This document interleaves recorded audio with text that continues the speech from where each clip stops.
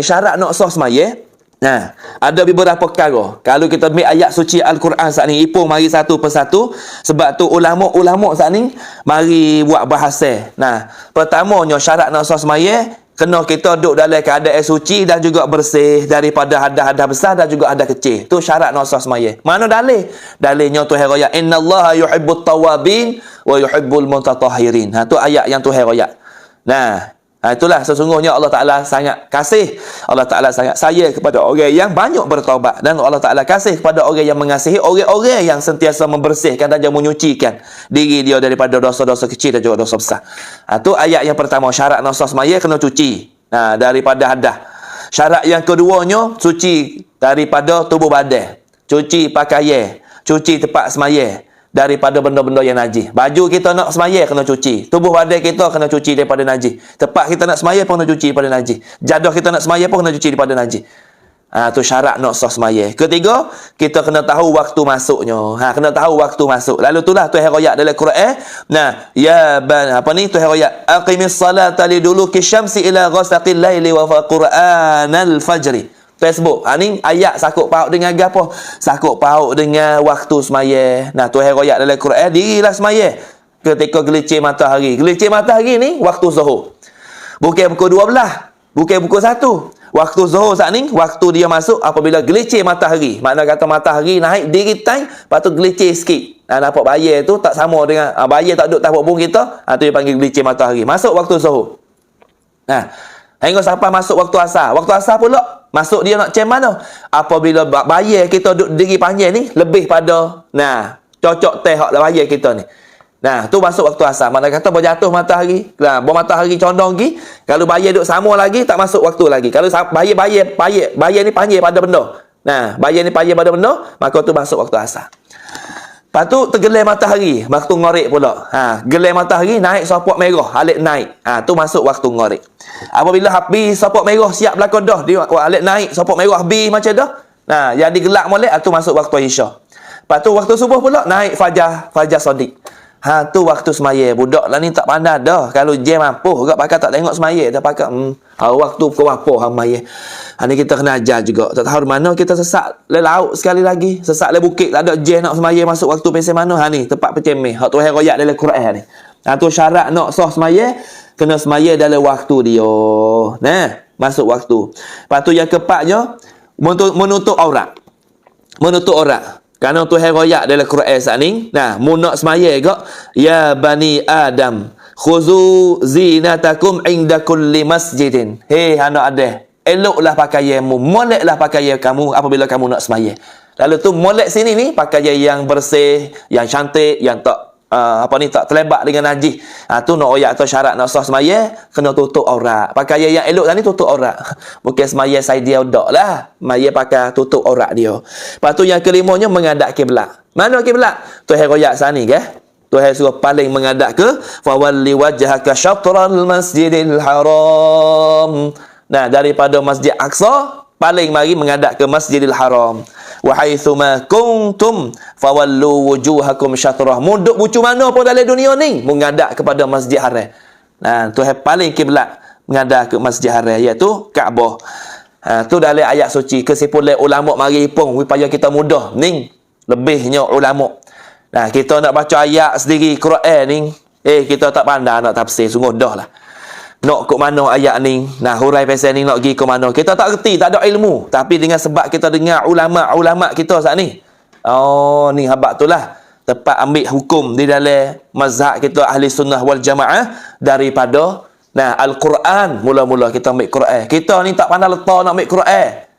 Wal hadisi, ada daripada hadis Nabi. Ambil Quran, mari hubung dengan hadis Nabi.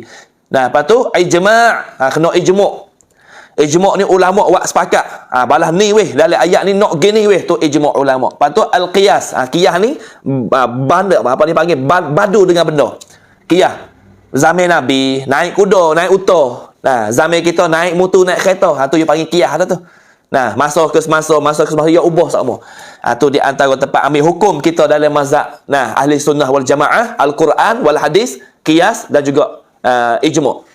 Lepas tu 2, 3, 4 kali lagi tu tak apalah, tu bahasa ulama. Ni kita Orang awal lah kita mau ni. Jadi kalau kita nak ambil Quran, nak ambil Quran saja-saja, nak ambil hadis saja-saja, kita orang tak pandai. Kita orang tak ada ilmu. Kena ada ambil dua perkara ni, buat tafsir sendiri, buat hurai sendiri, mampu kerah lah. Kita orang tak erti ni. Alhamdulillah. Itulah lebih kurangnya. Maka kita tengok dalam ayat suci pula hadis sahih riwayat Muslim, Nabi sebut juga syarat nak sah sembahyang ni kita kena cuci daripada hadas. Hadas ni iaitu benda-benda yang najis. Nah, semacam mana daripada hadis Ani bin Umar radhiyallahu anhu maqal qala Rasulullah sallallahu alaihi wasallam la tuqbalu salatun bighairi tahurin. Nah, la tuqbalu salatun bighairi tahurin. Nabi sebut dalam sebuah hadis, Nabi kata gapo? Hadis daripada Ibnu Umar, daripada Abdullah bin Umar radhiyallahu anhuma, katanya bahwasanya Nabi sallallahu alaihi wasallam bersabda, tidak diterima sembahyang yang dikerjakan dengan tidak bersuci. Sembahyang kita tu hendak terima kalau kita tak cuci daripada hadas, dua hadas ni. Hadas kecil, hadas besar, pakaian kita kalau najis. Nah, tempat tubuh kita kalau najis tu hendak terima sembahyang. Sebab tu kita kena tahu bab mengangkat hadas. Kita kecek dah bab mani wajib baru ni, bab sembahyang, bab ais sembahyang. Kita royak semua lah dah. Ini hadis sahih riwayat Muslim. Hadis ni berhubung dengan soal apa? Soal yang telah dibentang dengan panjang lebar dalam bab yang pertama, iaitu bab cuci. Nah, bab bersih daripada hadas saat ni. Nah, tu yang pertama. Yang keduanya kita kena cuci daripada hadas. Nah, sakut paut dengan saat ni cuci daripada hadas dan benda-benda yang najis. Nah, rukun yang pertama, syarat nak sah sembahyang kena cuci daripada hadas dan cuci daripada najis. Hadas ni hadas kecil, hadas besar. Dua hadas. Hadas kecil ni, kita ambil air sembahyang. Nah, kita basuh. Tu hadas kecil. Hadas besar kita kena mandi wajib. Junub yang panggil. Tu hadas besar. Lepas tu kena cuci daripada benda-benda najis. Nah, najis tak kira lah, pakaian kita kena najis. Nah, tempat sembahyang kita kena najis. Tubuh badan kita kena najis, kita kena bersih dulu belum nak sembahyang. Tu dia. Syarat yang kedua, syarat yang ketiga. Nah, syarat nak sah sembahyang saat ni kena tahu masuk waktu. Kena tahu masuk waktu sembahyang. Sembahyang fardu yang 5 saat ni hendak kita dikerjakan pada waktu yang tertentu. Nah, sebagaimana yang telah ditegaskan dalam ayat suci Al-Quranul Karim, innas salata kanat 'alal mu'minina kitaban mawquta. Sesungguhnya sembahyang itu adalah satu ketetapan yang wajib, yang diwajibkan atas orang-orang yang beriman. Jadi kita nak sembahyang ni tak ada waktu tertentu tak boleh. Bangun maya subuh, maya zuhur halulah, kaya tak kena maya dah. Tak ada lah rabuk. Tak gitu. Dia pakai akal yang pasal tu. Pakai akal kita sendiri, tak ada bahar, tak ada badu dengan ulama-ulama royak. Nak pakai Quran sendiri, sesak barat habis lah. Kerana kita orang tak pandai, habis sesak tu. Quran ni tak sesak. Baik tu. Quran hadis ni, Nabi royak dah. Dia aku tinggal nanti, mu jangan tinggal dua perkara ni. Aku tinggal nanti, dia tak ada aku nanti, mu jangan tinggal dua perkara ni. Al-Quran wa sunnah. Quran dengan hadis jangan tinggal dua perkara ni. Lepas tu kita nak ambil tak reti, kita nak baca tak pandai, kita nak korek tak ada ilmu, kita tupai ulama hak korek wik kita macam mana kita baca dalam kitab ni. Ulama korek mari wik kita tu jadi mudah dalam beramal. Sebab tu hari ni kita nak bincang bab syarat-syarat sah sembahyang. Sebab tu kalau kita tak tahu syarat sah ni, sembahyang kita tu nak terima tak terima, Allah Subhanahu Wa Taala alam. Sebab tu kita nak cumatlah. Syarat nak sah sembahyang yang kedua, kita kena tahu waktu sembahyang yang tertentu. Zuhur pian ni, asar pian ni masuk, ngorek pian ni masuk, isya pian ni, subuh pian ni. Sebab tu kita kena tahu dalam ilmu dia. Macam mana dalam hadis Nabi terai lagi. Ani bin Abbas radhiyallahu anhuma qala Rasulullah sallallahu alaihi wasallam. Ammani Jibril alaihi salamu 'indal baitil marratain.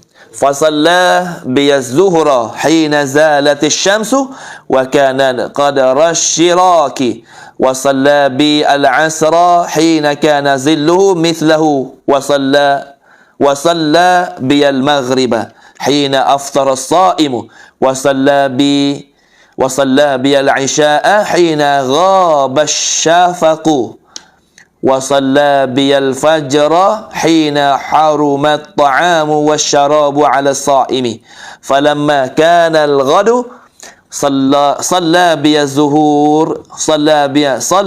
الظهر حين كان ظله مثله وصلى بي العصر حين كان ظله مثله وصلى بي المغرب حين أفطر الصائم وصلى بي العشاء إلى ثلث الليل وصلى بي الفجر فأسفر thumma alqafata ilayya faqala ya Muhammad hadha waqtul anbiya'i min qablika wal waqtu ma baina hadaini al waqtaini. Rawahu Abu Daud. Ini dalam sebuah hadis yang panjang yang Nabi royak dalam sebuah hadis dari Ibnu Abbas radhiyallahu anhuma, katanya Rasulullah sallallahu alaihi wasallam bersabda, Jibril alaihi salam telah menjadi imam semaya bagiku 2 kali di sisi Baitullah. Nah, untuk menerangkan waktu-waktu semaya. Jibril jadi tu imam pada Nabi. Nabi ni tok guru dia adalah malaikat Jibril alaihi salam. Jadi Jibril ni mari, nah, suruh Nabi semaya dan Jibril jadi tu imam semaya.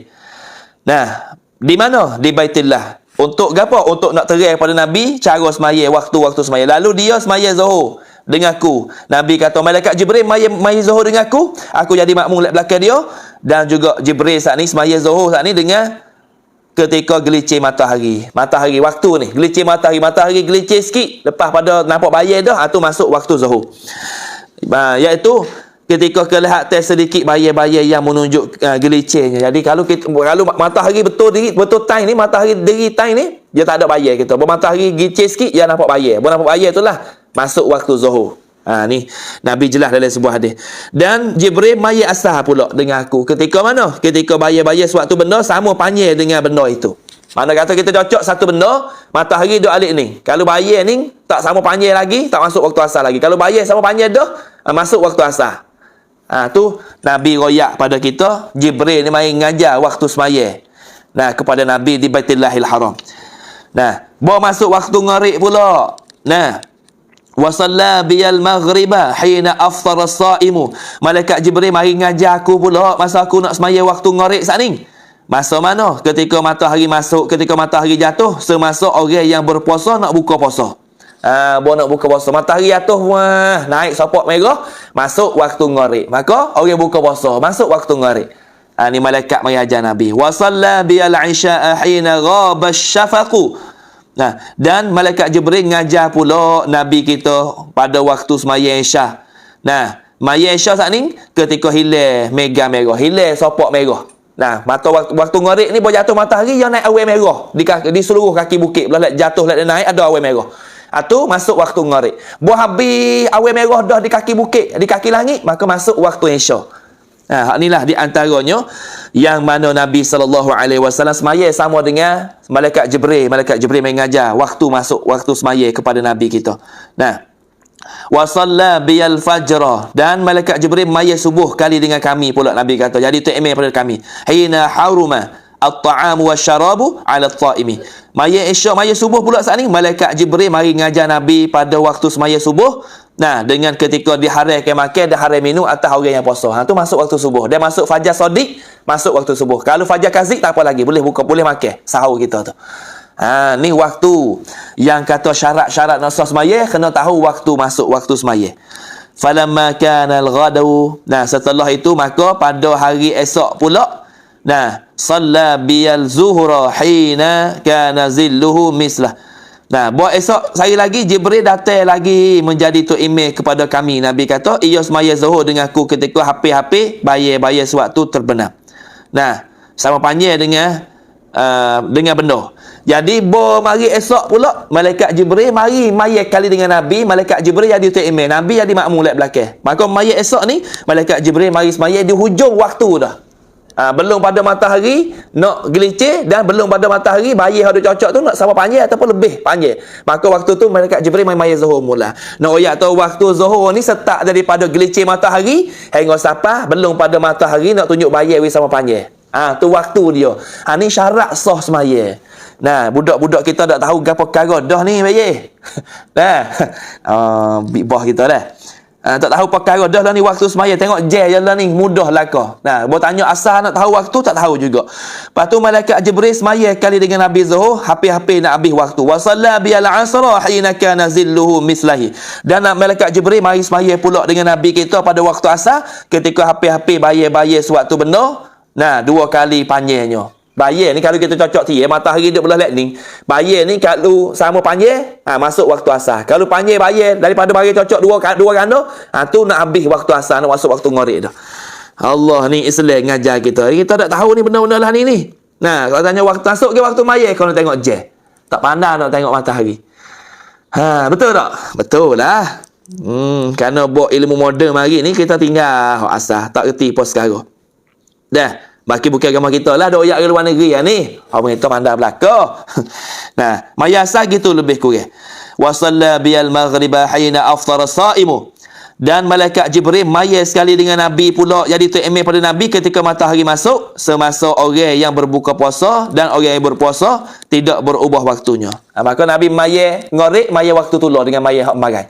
Sebab apa? Waktu ngorik paling kecil je. Waktu ngorik ni waktu yang paling sikat. Tak apa sejel waktu ngorik. Dia orang bel siapa akan masuk waktu Isya, waktu paling sikat. Lalu tu ngorik Nabi maya di awal waktu. Tak ada maya di akhir, dak maya di awal. Maya masa tulah hak maya magai. Makna kata kita ni kena segera waktu ngorik ni lah. Tak boleh buat lengah-lengah waktu semaya. Nah, wa salla bil isya'a ila thuluthil laili. Dan Nabi maya jadi tu emeh maya Isya dengan aku. Nabi kata pada waktu lewat iaitu waktu 3 malam. Waktu 10 malam makna kata malam ni dia bagi 3 puak. Malam ni dak kalau sebut waktu malam, dia start dia mengorik kita kata dah malam. Ngorik. Nah, gi siapa di pukul 4 pagi. Ha tu panggil waktu malam. Nah, waktu malam 4 pagi 5 pagi panggil waktu malam. Maka ambil di waktu ngorek sampai di waktu pukul 4 ni, waktu pukul 5 pukul 4 ni kita bagi 3.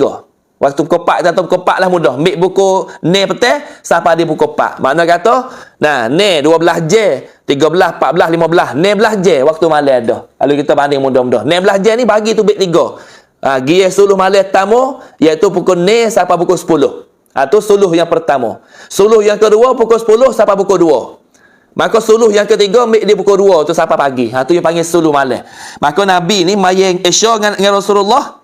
Nabi maya Isya dengan malaikat Jibril sepertiga daripada malam. Mana kata hujung waktu malam dah. Belum masuk waktu subuh. Tu akhir waktu Isya. Itu tak ada. Nah, dan wa salla bil fajra fa asfara. Nah, dan Nabi semaya waktu subuh sekali dengan Nabi. Nabi maya waktu subuh sekali dengan malaikat Jibril. Ketika mana? Ketika bersinar siang. Maya waktu subuh ni, mana kata siang. Sinar waktu siang saat ni tu, belum matahari nak naik lah. Habis subuh dia panggil.